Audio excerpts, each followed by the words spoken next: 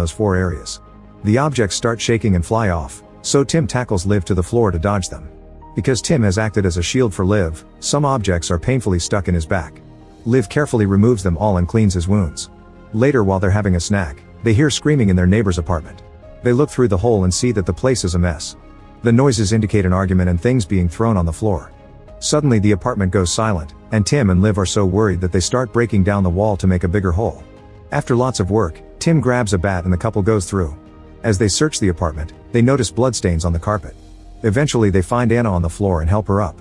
The women successfully leave the bedroom, but Tim is tackled by Marvin, who tries to choke him with the bat. Liv rushes back and uses her paper spray on Marvin's face, then Tim hits him with the bat. He starts yelling, threatening to do worse if Marvin hits Anna again. However, Anna runs back to protect her boyfriend, saying he didn't hurt her. She explains that she tried to hit the wall and accidentally hit him instead. Liv and Tim are still wary, so they tie Marvin's hands until he can sober up. Afterward, Tim looks around the apartment and finds a door that says no entry. He forces it open, and while he deals with the flickering lights, he doesn't notice the black bricks on the window glowing for a second. Liv comes to help him search and they find a few digital cameras plus an axe. Tim uses it on the door to no avail.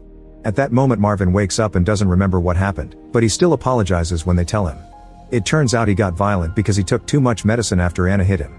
The couple apologizes to each other and starts kissing. While ignoring them, Liv gets an idea.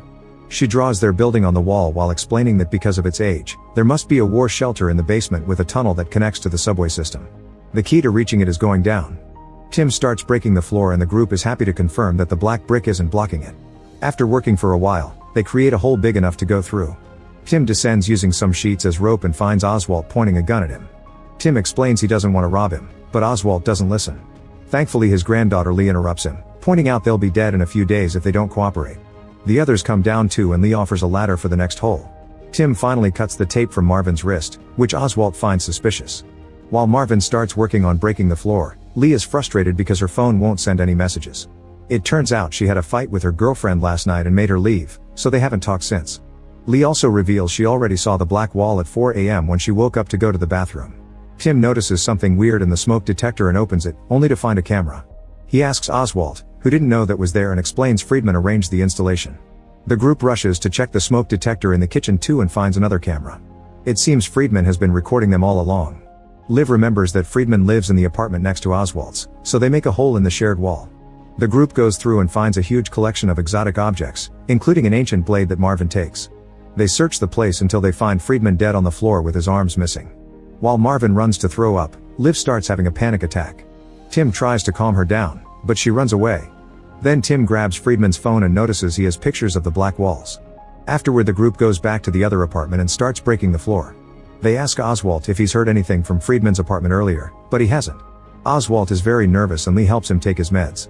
Liv looks at the newspaper and wonders if the fire on the harbor is connected, however Tim thinks it's too far away. Suddenly the floor breaks and most of them fall into the next apartment, getting knocked out in the process. Liv rushes to get the ladder and comes down to check on Tim, who wakes up sore but well. The others awaken too and confirm they have minor wounds. Oswald is scared he'll hurt himself if he goes down, but Lee says she won't leave without him. Everyone helps Oswald take the ladder and carry his oxygen tank. In this apartment they meet Yuri, who is a friend of a tenant named Anton. It turns out Anton died and Yuri claims he had a sudden heart attack. He blames the magnetic properties of the wall for messing with Anton's pacemaker. However, Lee notices lots of strange papers piling up on a desk and gets suspicious. Yuri thinks the black walls were put up for their protection by the deep state and thinks it's safer inside, so he wants the group to stay. The others refuse and start working on the hole. Lee looks at the papers on the desk and Yuri tells her that Anton's heart suffered because of the stress of his obsessions. When she leaves the room, Yuri destroys a paper. The hole is done quickly and the group finally reaches the basement. They open an old door and take a corridor into another room where they find a tightly sealed exit. A sign says that it goes to the shelters. While Yuri watches from the hole, Liv hits the sealed door and manages to open it. Unfortunately, this exit is also blocked by the black brick. Marvin loses his mind and starts hitting the door with a mace, so Tim blocks him and Oswald points his gun at him until he calms down. However, Marvin is only pretending and takes the gun to shoot repeatedly at the black wall. To everyone's shock, the bullets are floating in front of the black bricks because of the powerful magnetic field. Remembering the previous incident, Tim makes them all duck to dodge the bullets when they bounce back. Sadly, Oswald is too old to move fast and a bullet kills him. Lee clings to his body while she cries. The group